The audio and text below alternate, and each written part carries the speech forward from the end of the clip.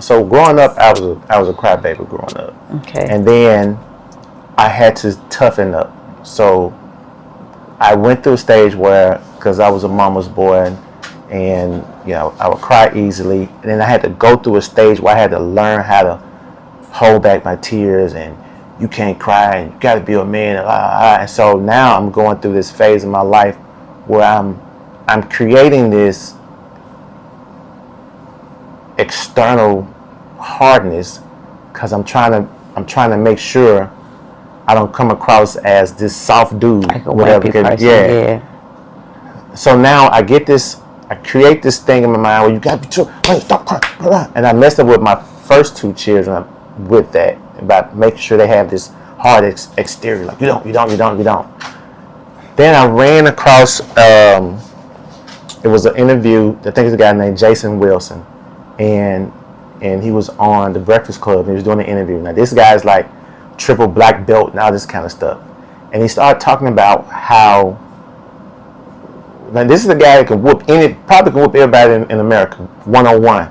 And he was talking about how there's a chemical in the tear that when we cry, it pulls the stress out. And so he was saying, like, if you need to, as a man, if you need to cry, cry.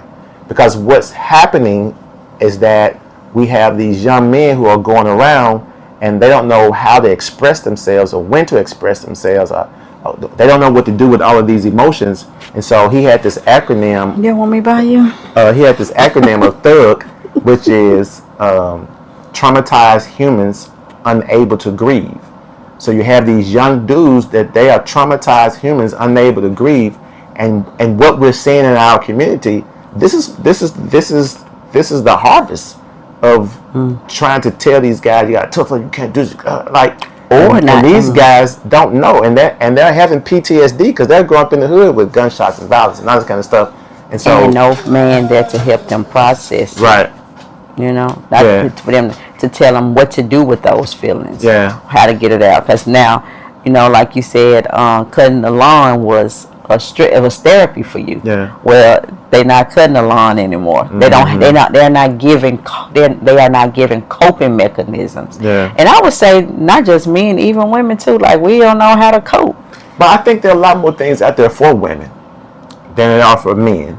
I mean, I agree, but you can still see the unhealthiness. I mean, like, when you stop and look at society, it's like, okay, where are the mothers and where are the fathers? I guess for me, there are more resources or access to resources for women than there are for men. I help you all with your feelings, emotions and griefs and stuff like that. And, I agree.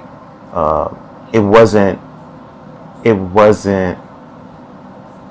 Overall, I don't think it was taught for women to hold the emotion. I'm not saying some women didn't do it, but I just don't think overall. Yeah. Overall for men, and I don't know, maybe it was because of, you know, for our ancestors, how we grew up or what was happening. You had to kind of do this so that people wouldn't see, or they would call it weakness. I don't know, but I agree that it is more socially acceptable. That's good. I like it. For women to, you know, they go shopping or they actually go see a therapist or a counselor. Like, it's just not something that, I agree with you, that it don't seem like it's socially acceptable. It's now coming around that men need therapy too. Yeah.